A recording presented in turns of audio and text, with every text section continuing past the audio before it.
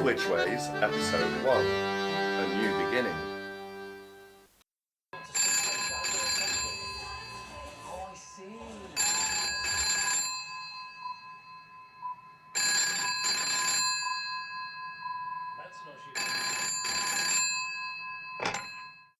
Hello.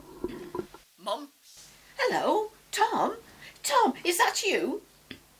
Tom, how lovely to hear from you, darling. How are you? And how is that gorgeous girlfriend, Hazel? It's Helen, Mum, and we're both fine. I'm calling about Dad. Your father? I only got back yesterday. I tried to call you from Gran Canaria, but the lines were so bad. Mum, for God's sake, what happened? Terry just phoned me.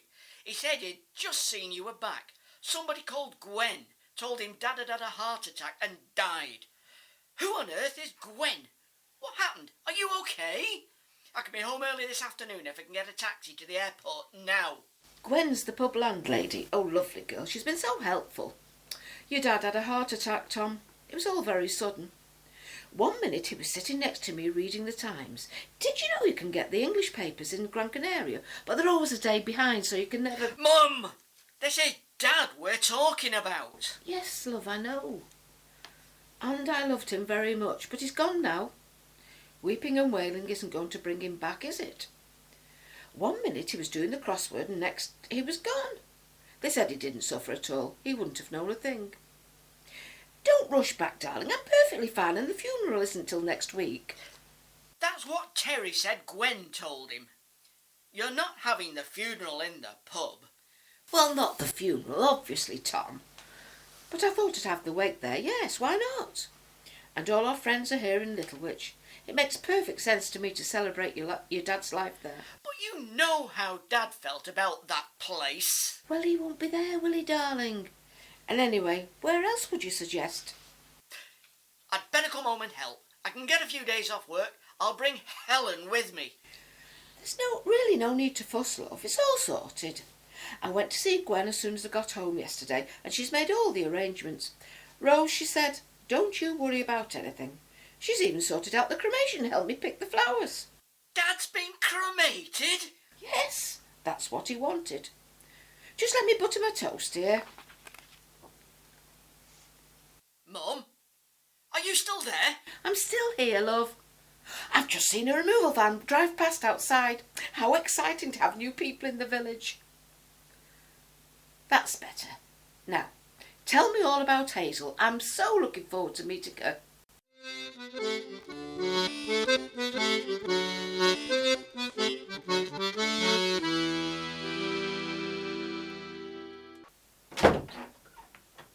Where are you working today, Mal? I did say last night, Annie, over near Bridge House. Well, I'll ring you later to say when I'll be home for tea. Oh, here's your flask and some butties. Cheese and pickle, your favourite. Thanks. I don't suppose himself has surfaced yet. Malcolm, he has got a name, you know. He's had it for 19 years, remember? Tim, I know. Look, I'm not sure Ben did all his homework last term. He's going to be falling behind. You need to have a word with him. What? Now? No, have a chat with him tonight. He needs those GCSEs. God, we never had this trouble with Tim. Ben's just not academic, Annie. I can't believe they're so different. Well, Ben's more practical, creative. At least he wants to stay at home, unlike his ungrateful older brother. By the way, what did he do on that gap year of his? Sleep? What a waste of a year that was. Malcolm, that's not fair. Tim's never wanted to be here. Village life, Littlewich, it's just not him. At least he knuckled down to do his homework. His excellent grades speak for themselves. Yeah, I know all that. But in my day, whatever your father did, the eldest son followed in his footsteps. And in my case, my dad was a builder, so I became a builder. We're living in the 21st century, not the Dark Ages. So, I'd just like that tradition to continue with Tim. I could put Martin and Son on the side of the van. Well, that would make me so proud. Is that too much to ask? You've just said Ben's more practical. You only have to wait a couple of years and he could be the Martin and Son you've been waiting for. And in the meantime, Tim's still toying with the idea of going to uni. Well, he could at least give me a hand until he makes his mind up. Or is he going to be working at the pub again now that he's back? Tell me, what would you have done if we'd have had 2 daughters? Ooh, I never thought of that. Martin and daughter. My own project manager. She could order stuff, make sure the clients were happy, colour schemes and... Sarcasm becomes you.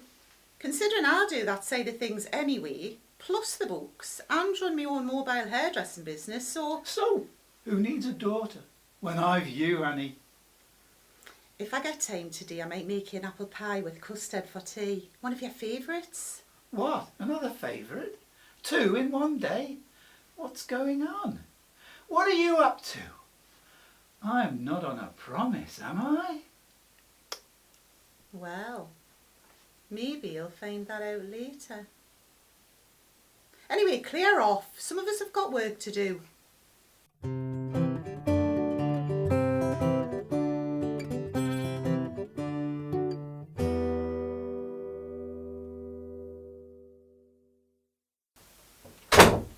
Liz, who was that, darling?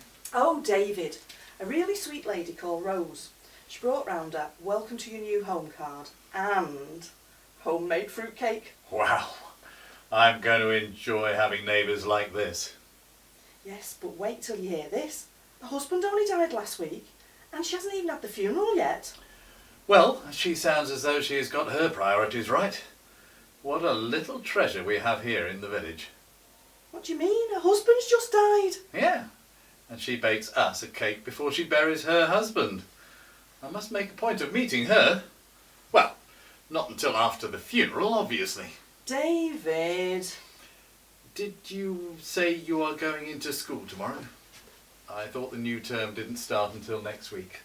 Yeah, well, officially Monday, but the head's asked me to go in tomorrow. You know, just have a look around, meet the teaching staff, see my classroom. Okay, so whilst you are out, I can do a bit more unpacking, and when you get back, we'll have a spot of lunch. Perfect. Then we can carry on with the unpacking in the afternoon. Ah, Liz, I really can't. I need to be at Jodrell Bank tomorrow afternoon. You know how apprehensive I am about this project. Oh, come on. You were headhunted after all. So many people are depending on me to deliver the goods. I suppose at the end of the day I can only try and do my best. Sweetheart, you are the top dog in the field of string theory. Don't be so modest. You'll knock 'em dead. This is going to be a great new start, an adventure for the both of us. I know. You're right. We'll have a new social life, new friends, new places to go, and if Rose is an example of the warmth and friendliness of Littlewich, it won't be long before all of our concerns are history. You know, I bet in a few weeks' time you'll be saying to me how this is the best decision we've ever made. It's no wonder, Liz. From all the talent at university, you were the one for me from day one. Oh gosh, look at the time. We've been doing this for 10 hours. Do you think we could take a break? Did you say the previous owners left us a bottle of bubbly in the fridge? Oh yes. Let's open it and sample Rose's cake. Well, at least the kitchen's serviceable. And the bedroom.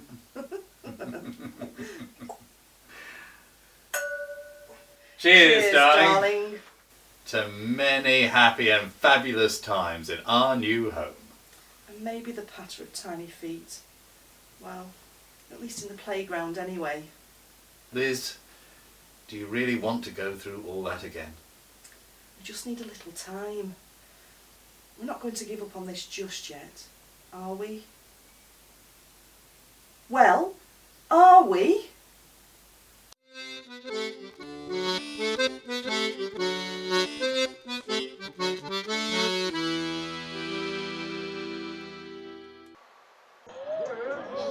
Usual, Freddie. Bit early for you, isn't it? Oh, I wanted to catch the race at 1:30, but you got the bloody football on again. I only watch it for the fit blokes in shorts, you know. I dated a footballer once. I might have been Posh Beckham. You're not going to tell me you knew David Beckham? That's a bit far, even for you, Gwenny. Well, he played for some club in Portsmouth. He was fit anyway. Young, blonde and tan. Sounds like Tim Martin to me. I saw him yesterday. They all look the same at that age. Me, I was working the farm at 18, up at 5 AM milking, not swanning off on some gap year. Tim's back, is he? You did know he was back, didn't you, Gwen? He'll be asking for work here again, you know. You make sure you take advantage of him. Get him to do all the heavy work. It's not right you doing it all yourself. Just be careful. Oh, I'm always careful, Freddie. Right. Which channel is it? There we go. So, you like a bet, do you? Oh, aye. Well, a bit of my time I have. Any tips? Well, you have to know the racecourse, check out the weather forecast and how much it's rained that week, and you have to study the form. Oh, I do that with the footballers. I always study their form from behind. And you need to know how to read the odds and wait for the right moment to place a bet. Have you got a bet on today then? A couple. Haven't been able to get to town for the last few days though. Not now they've cut the bus services again. Don't you do it online? I thought you could do all that sort of thing on the internet. I'm always seeing bingo and the bookies advertised on the telly. No chance. A betting shop's where a man should be, not logged on to some poncy pink website with a credit card. Here's a bet for you. How long will it take for the new folk to turn up here looking for food? Because they can't remember which crate the pans are in. New folk? Oh, do you mean the removal van I saw this morning? That's the one. Bought old Susie's place. Now she was a weird one. Popped her clogs and left it all to darling daughter, and she spent a fortune doing the place up and promptly put it on the market and immigrated to Canada. Can't quite work out what went on there yet, but something did. Dave and Liz they are. He's a scientist and something big in string. String? So I heard. Ah, Colonel will know. Oh yeah, I'm sure he will. Afternoon, Colonel. How are you? I've dusted your chair and table ready for you. Good afternoon, my dear lady. A single malt, if you please. Sit down and I'll bring it over. Let me take your hat and coat.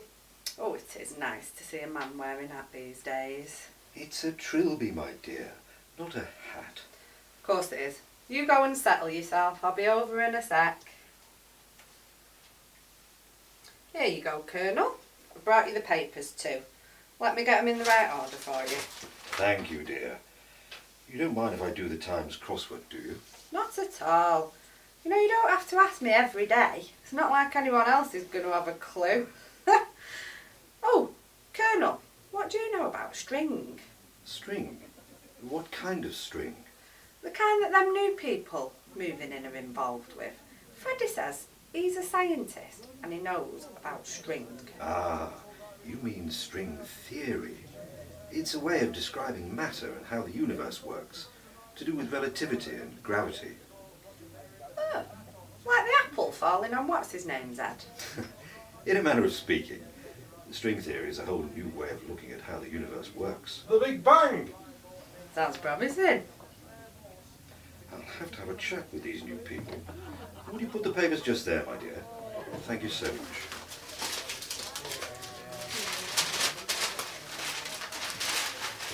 Read one out then, Colonel. I used to be dead good at crosswords.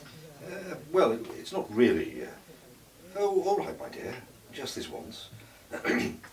Makes serious cuts in the cemetery. Hey, what does that mean? That's the clue. Makes serious cuts in the cemetery. Well, how are you supposed to... In graves. Excuse me, Freddie. In graves. Sirius is grave in a cemetery. In graves. That's the answer. I say, old boy.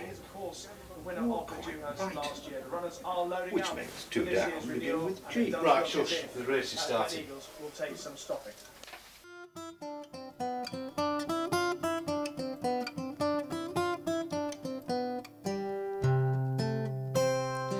Haven't you heard? I'll give you the word about your friends and neighbours. Didn't you know how rumours can grow in just a couple of days? The quietest of folk, given a poke, can turn to positive ravers. A little situation becomes a revelation and is broadcast to the nation. Haven't you heard?